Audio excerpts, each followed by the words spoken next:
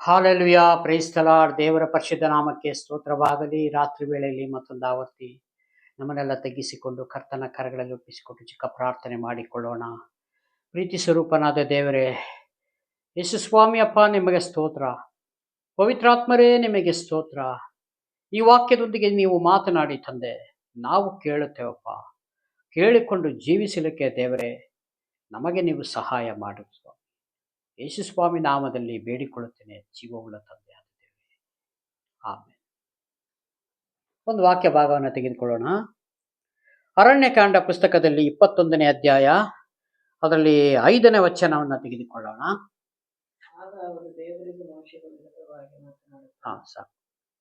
ಆಗ ಅವರು ದೇವರಿಗೂ ಮೋಶೆಗೂ ವಿರೋಧವಾಗಿ ಮಾತನಾಡುತ್ತಾ, ನೀವು ನಮ್ಮನ್ನು ಕರೆದುಕೊಂಡು ಬಂದೆಯಾ. ದೇವರು ಮೋಶೆಗೆ,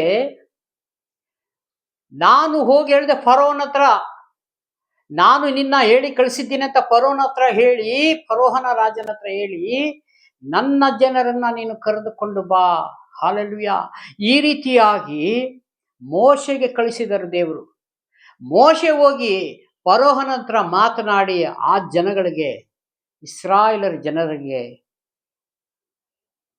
ಹೊರಗಡೆ ಕರ್ಕೊಂಡು ಬಂದರು. ಹಾಲೆಲೂಯಾ. ಆ ಐಗುಪ್ತ ದೇಶದಿಂದ.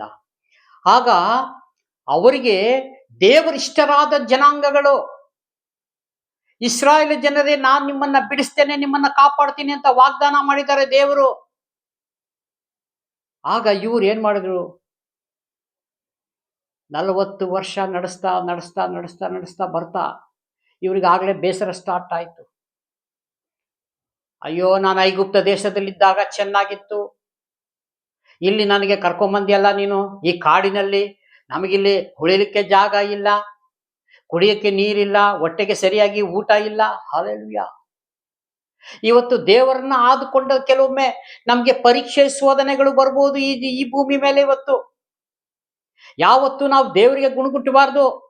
ನಾನು ಲೋಕದಲ್ಲಿದ್ದಾಗ ಚೆನ್ನಾಗಿ ಸಂಪಾದನೆ ಮಾಡ್ತಾ ಇದ್ದೆ, ಚೆನ್ನಾಗಿ ನನಗೆ ಫ್ರೀಯಾಗಿ ಒಳ್ಳೊಳ್ಳೆ ನನಗೆ ಆಹಾರವನ್ನು ಸಿಗುತ್ತಾ ಇತ್ತು, ಭಾರಿ ಸಮೃದ್ಧಿ ಜೀವನ ಇತ್ತು. ಯಾವಾಗ ದೇವರ ವಾಕ್ಯವನ್ನು ತಿಳಿದುಕೊಂಡು ನಾನು ಪ್ರಾರ್ಥನೆಯಲ್ಲಿ ಇನ್ವಾಲ್ವ್ ಆದೆ, ನನ್ನ ಕೆಲಸಗಳೆಲ್ಲ ಫೇಲ್ ಆಗ್ತಾ ಇದೆ, ಭಯಂಕರ ಶೋಧನೆ ಮೇಲೆ ಶೋಧನೆ. ಹಾಲೆಲೂಯಾ. ಯಾವತ್ತೂ ಹಂಗೆ ನಾವು ತಿಳ್ಕೋಬಾರ್ದು. ಹಾಲೆಲೂಯಾ. ಯಾಕೆಂದ್ರೆ ಒಂದು ಒಳ್ಳೆದನ್ನ ಸಿಗಬೇಕು ಅಂತಂದ್ರೆ ಸ್ವಲ್ಪ ಪ್ರಯಾಸ ಪಡಬೇಕು ಈ ಭೂಮಿ ಮೇಲೆ. ದೇವರು ಹೇಳ್ತಾರಲ್ಲ, ನನ್ನ ನಿಮಿತ್ತ ನಿಮ್ಮನ್ನು ದೂಷಣೆ ಮಾಡ್ತಾರೆ, ನಿಮ್ಮನ್ನ ಹಾಗೆ ಮಾಡುತ್ತಾರೆ. ಹಾಲೆಲೂಯಾ. ನೀವು ಹೋದ್ರಾಗ ಯಾವ್ದಾರ ಒಂದು ಕೆಲಸ ಕಾರ್ಯಗಳಿಗೆ ಹೋದಾಗ ಕೆಲಸಗಳು ಆಗುವುದಿಲ್ಲ.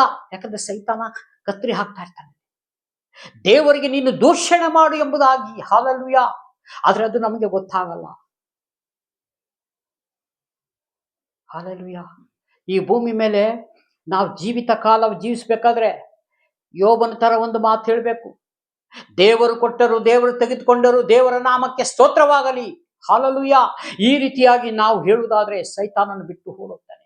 ಅಯ್ಯೋ, ಇಷ್ಟು ಅವನಿಗೆ ಕಷ್ಟ ಕೊಟ್ಟೆ, ಇಷ್ಟು ಪ್ರಾಬ್ಲಮ್ ಕೊಟ್ಟೆ, ಅವನ ಕೆಲಸಗಳೆಲ್ಲ ಫೇಲ್ ಮಾಡಿದೆ, ಅವನ ಆದಾಯಗಳೆಲ್ಲ ಕಟ್ ಮಾಡಿದೆ, ಆದರೂ ಅವನು ದೇವ್ರನ್ನ ಬಿಟ್ಟಿಲ್ಲ. ಹಾಲೆಲೂಯಾ. ಆಗ ನಮ್ಮನ್ನ ಬಿಟ್ಟು ಹೋಗ್ಬಿಡ್ತಾನೆ. ಯಾವಾಗ ಸೈತಾನಕ್ಕೆ ನಾವು ಒಳಗಾಗಿ, ಹೌದು ನಿಜ, ನಾನು ಲೋಕದಲ್ಲಿದ್ದಾಗ ಎಷ್ಟೋ ಚೆನ್ನಾಗಿತ್ತು, ನಾನು ಇಷ್ಟ ಬಂದ ರೀತಿ ಜೀವಿಸ್ಬೋದಾಯ್ತು, ನಾನು ಇಷ್ಟ ಬಂದ ರೀತಿ ನಡಿಬೋದಿತ್ತು, ನನಗೆ ಯಾರು ಕೇಳೋರಿರ್ಲಿಲ್ಲ ಅಂತ ಏಲಾರ ನಾವೆಲ್ಲ ತಿಳ್ಕೊಂಡು ಹಂಗೆ ಹೋಗಿದರೆ ದೇವರನ್ನ ಬಿಟ್ಟಿವಿ ಅಂತ ಅರ್ಥ. ಎಂದಿಗೂ ದೇವರನ್ನ ಬಿಡಬಾರದು. ಪ್ರತಿ ಒಂದು ಕೆಲಸಗಳಲ್ಲಿ ದೇವರ ಮಕ್ಕಳಿಗೆ ಶೋಧನೆ ಉಂಟು. ಹಾಲೆಲೂಯಾ. ಆದ್ರೆ ದೇವ್ರು ಹೇಳ್ತಾರೆ, ಇವೆಲ್ಲವನ್ನು ನಾನು ಜಯಿಸಿದ್ದೇನೆ. ಅಂದರೆ ಲೋಕವನ್ನ ನಾನು ಜಯಿಸಿದ್ದೇನೆ. ಲೋಕವನ್ನು ಜಯಿಸಿದವರು ನಮ್ಮ ಕೂಡ ಇರುವುದಾದ್ರೆ ನಾವು ಎಂತಕ್ಕೆ ಕಷ್ಟಪಡೋದು, ಬೇಜಾರಾಗೋದು? ಬೇಸರಗೊಳ್ಳದೆ ನಾವು ಪ್ರಾರ್ಥನೆ ಮಾಡಬೇಕು. ಹಾಲೆಲೂಯಾ. ಎಂದಿಗೂ ನಾವು ದೇವರ ಹೆಸರಿನಲ್ಲಿ ಗುಣಗುಟ್ಟು ಬೇಡ್ರಿ ಅಂತ ದೇವರ ವಾಕ್ಯ ಹೇಳ್ತದೆ.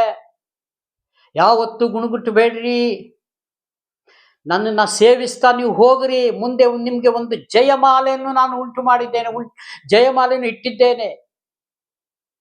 ಆ ಜೀವ ಎಂಬ ಜಯಮಾಲೆ, ಪರಲೋಕ ರಾಜ್ಯ ನಿಮ್ಮದೇ ಅಂತ ಸ್ವಾಮಿ ಹೇಳ್ತಾರೆ. ಈ ಲೋಕದಲ್ಲಿ ಯಾವ್ದು ಕಷ್ಟಗಳು ಬರ್ತದೆ, ವೇದನೆಗಳು ಬರ್ತದೆ, ರೋಗಗಳು ಉಂಟು, ಆರ್ಥಿಕ ಪರಿಸ್ಥಿತಿ ಕುಗ್ಗಿ ಹೋಗಿದೆ. ಹಾಲೆಲೂಯಾ. ಆದ್ರೆ ಒತ್ತೊತ್ತಿಗೆ ಆಹಾರ ಸಿಗ್ತಾ ಇದೆ. ದೇವರಿಗೆ ಸ್ತೋತ್ರ. ಒತ್ತೊತ್ತಿಗೆ ನಮಗೆ ಆಹಾರವನ್ನು ದೇವರು ಕೊಡ್ತಾ ಇದ್ದಾರೆ. ಅದಕ್ಕೆ ನಾವು ದೇವರಿಗೆ ಕೃತಜ್ಞತೆ ಸಲ್ಲಿಸಬೇಕು. ನಮಗೆ ಆರೋಗ್ಯವನ್ನು ಕೊಟ್ಟಿದ್ದಾರೆ, ದೇವರಿಗೆ ಸ್ತೋತ್ರ ಮಾಡೋಣ. ಹಾಲೆಲೂಯಾ. ನಮ್ಗೆ ಯಾರೋ ದೊಡ್ಡವ್ರನ್ನ ನೋಡಿ ಜೀವನ ಮಾಡೋದು ಬೇಡ. ನಮಗೆ ದೇವರು ಕೊಟ್ಟಿರೋದು ಈ ಮಾರ್ಗ ಏನಿದೆ, ಆ ಮಾರ್ಗದಲ್ಲಿ ಜೀವಿಸಬೇಕಾಗಿದೆ. ಹಾಲೆಲೂಯಾ. ಕೆಳಗಡೆ ಹೋದಮ್ಮ. ಇಲ್ಲಿ ಆಹಾರವೂ ಇಲ್ಲ, ನೀರು ಇಲ್ಲ. ಈ ನಿಸಾರವಾದ ಆಹಾರವನ್ನು ತಿಂದು ನಮಗೆ ಬೇಸರವಾಯಿತು. ನೋಡಿ, ಈ ಇಸ್ರಾಯೇಲ್ ಜನರು ಇಲ್ಲಿ ಆಹಾರವೂ ಇಲ್ಲ, ನೀರು ಇಲ್ಲ, ಈ ನಿಸ್ಸಾರವಾದ ಆಹಾರವನ್ನು ತಿಂದು ತಿಂದು ನಮಗೆ ಬೇಸರವಾಯ್ತೆಂದು ಹೇಳುವವರಾದರು. ಹಾಲೆಲೂಯಾ. ದೇವರು ಆ ಫರೋಹನ ಅವನ ಕೈಯಿಂದ ಬಿಡಿಸಿಕೊಂಡು ದೇವರು ಇಸ್ರಾಯೇಲ್ ಜನಕ್ಕೆ ಕರ್ಕೊಂಡು ಬಂದು, ಆ ಲಕ್ಷ ಜನಕ್ಕೆ ಕರ್ಕೊಂಡು ಬಂದು ಮೋಶೆ ಮುಖಾಂತರ ಕರ್ಕೊಂಬಂದ್ರೆ, ಇವರು ನಮಗೆ ಕುಡಿಯಕ್ಕೆ ನೀರಿಲ್ಲ, ನೆಟ್ಟಿಗೆ ಆಹಾರ ಇಲ್ಲ. ಹಲ್ಲೆಲೂಯಾ. ಎಷ್ಟು ಗುಣಗುಡ್ತಾ ಇದ್ದಾರೆ ನೋಡಿ. ನಾನು ಆ ಐಗುಪ್ತ ದೇಶದಲ್ಲೇ ಚೆನ್ನಾಗಿತ್ತು, ನನಗೆ ಈ ಲೋಕದಲ್ಲಿ ನನಗೆ ಚೆನ್ನಾಗಿತ್ತು, ದೇವರಲ್ಲಿ ಬಂದ ಮೇಲೆ ನನಗೆ ಏನು ಲಾಭ ಇದೆ? ಎಲ್ಲ ನಷ್ಟ ಆಗ್ತಾ ಇದೆ, ಎಲ್ಲ ಕಷ್ಟದ ಮೇಲೆ ಕಷ್ಟ ಆಗ್ತಾ ಇದೆ. ಹಾಲೆಲೂಯಾ. ಈ ರೀತಿ ಯಾರಾದ್ರೂ ನಾವು ಅಂದ್ಕೊಳ್ತಾ ಇದ್ದೀವ? ಅಲ್ಲಿ ಆಹಾರ ಇಲ್ಲ, ಅಲ್ಲಿ ನೀರಿಲ್ಲ ಕುಡಿಲಿಕ್ಕೆ, ನಡೆದು ನಮಗೆ ಸಾಕಾಯ್ತು. ಹಾಲೆಲೂಯಾ. ಅಲ್ಲಿ ಐಗುಪ್ತ ದೇಶದಲ್ಲಿ ಹೊರಟುಕೊಂಡು ಬರುವಂತಹ ಸಮಯದಲ್ಲಿ ಹೀಗೆ ಆ ಜನಾಂಗಗಳು ಗುಣಗುಟ್ಟಿದ್ರು, ಇಸ್ರಾಯೇಲ್ ಜನಾಂಗಗಳು. ಇವತ್ತು ನಾವು ಆಲಯಕ್ಕೆ ಹೋಗಿ ಹೋಗಿ ಸಾಕಾಯ್ತು, ಎಷ್ಟು ಪ್ರಾರ್ಥನೆ ಮಾಡಿದ್ರು ಸಾಕಾಯ್ತು, ಏನು ಲಾಭ ಇಲ್ಲ, ಏನೂ ಪ್ರಯೋಜನ ಇಲ್ಲ. ಎಷ್ಟು ಪ್ರಾರ್ಥನೆ ಮಾಡಿದ್ರೆ ನನ್ನ ಪ್ರಾರ್ಥನೆ ಹೋಗುತ್ತಾ ಇಲ್ಲ ಪರಲೋಕಕ್ಕೆ. ದೇವರು ಕೇಳ್ತಾ ಇದ್ದಾರೋ ಇಲ್ವೋ? ದೇವರಿಗೆ ಕಿವಿ ಇದೆಯೋ? ಕೇಳ್ತಾ ಇದೆಯೋ? ಹಲ್ಲೆಲೂಯಾ. ಕೆಲವೊಮ್ಮೆ ಹಾಗೆ ಅಂದುಕೊಂಡವರು ಉಂಟು. ಅಯ್ಯೋ, ಚರ್ಚಿಗೆ ಹೋಗಿದ್ರೆ ಏನು ಸಿಕ್ಕುತ್ತೆ ಮಾರಾಯ? ನಿಮ್ಗೆ ಗೊತ್ತಿಲ್ಲ ಸಹೋದರ ಬ್ರದರೇ, ಇಷ್ಟು ವರ್ಷದಿಂದ ಚರ್ಚಿಗೆ ಬರ್ತಾ ಇದ್ದೀನಿ, ಮನೆಯಲ್ಲಿ ಕಷ್ಟ ತೀರ್ತಾ ಇಲ್ಲ, ನಮ್ಮ ಮನೆಯಲ್ಲಿ ಸಮಸ್ಯೆಗಳು ಬೇಕಾದಷ್ಟಿದೆ. ಯಾಕಪ್ಪ ಸಹೋದರ ಭಾನುವಾರ ಚರ್ಚಿಗೆ ಬರ್ತಾ ಇಲ್ಲ? ಅಯ್ಯೋ, ನನ್ನ ಕಷ್ಟ ನಾನು ಯಾರಿಗೆ ಹೇಳಲಿ? ಭಾನುವಾರ ಹೋಗಿದ್ರೆ 1,000 ರೂಪಾಯಿ ಸಂಬಳ ಸಿಗ್ತದೆ ನನಗೆ, ಚರ್ಚಲ್ಲಿ ಬಂದು ಕೂತ್ಕೊಂಡ್ರೆ ಯಾರು ಕೊಡ್ತಾರೆ ನನಗೆ? ಹಲ್ಲೆಲೂಯಾ. ಅಂತಹ ಜನ ಇದ್ದಾರೆ. ಅಂದರೆ ದೇವರ ವಾಕ್ಯವನ್ನ ಗುಣಗುಡ್ತಾ ಇದೆಯಾ ಅಂತ ಅರ್ಥ. ವಾಕ್ಯಕ್ಕೆ ವಿರೋಧವಾಗಿ ಮಾತನಾಡ್ತಾ ಇದೆಯಾ? ಹಲ್ಲೆಲೂಯಾ. ಆ ರೀತಿಯಾಗಿ ಎಂದಿಗೂ ಅನ್ಕೋಬೇಡ ಸಹೋದರ. ಯಾಕೆಂದ್ರೆ ಸ್ವಂತ ಕೈಯಿಂದ ನಿನ್ನನ್ನ ಉಂಟು ಮಾಡಿದ್ದಾರೆ ದೇವರು. ಅವರ ಜೀವ ಶ್ವಾಸವನ್ನ ನಿನಗೆ ಊದಿದ್ದಾರೆ. ಅಂದ್ರೆ ನಿನ್ನ ಒಳಗೆ ಶ್ವಾಸ ಇದೆಯಲ್ಲ, ಅದು ಯಾರ್ದದು? ದೇವರು ಹೇಳ್ತಾರೆ, ನಾನೇ ಉಂಟು ಮಾಡಿದ್ದೀನಿ, ನಾನೇ ಹೋರುವೆನು, ನಾನೇ ನಿನ್ನನ್ನು ಉಂಟು ಮಾಡಿದ್ದೇನೆ, ನಾನೇ ನಿನ್ನ ಹೊತ್ತುಕೊಂಡು ಸಾಗುವೆನು. ಅಂದ್ರೆ ನೀವು ನನ್ನ ಬಳಿಗೆ ಬನ್ರಿ, ನಿನ್ನ ಕಷ್ಟ ಏನಿದೆ ಎಲ್ಲ ನನ್ನ ಹತ್ರ ಅಳಿಲು ತೋಡಿಕೊಳ್ಳ್ರಿ, ನಾನು ನಿನಗೆ ಬಿಡುಗಡೆ ಕೊಡ್ತೇನೆ, ನಿನ್ನ ಕಷ್ಟಗಳನ್ನೆಲ್ಲ ನನಗೆ ಕೊಡು, ನನ್ನ ಸಮಾಧಾನ ನಿನಗೆ ಕೊಡ್ತೀನಿ ಅಂತ ಯೇಸು ಸ್ವಾಮಿ ಹೇಳ್ತಾರೆ.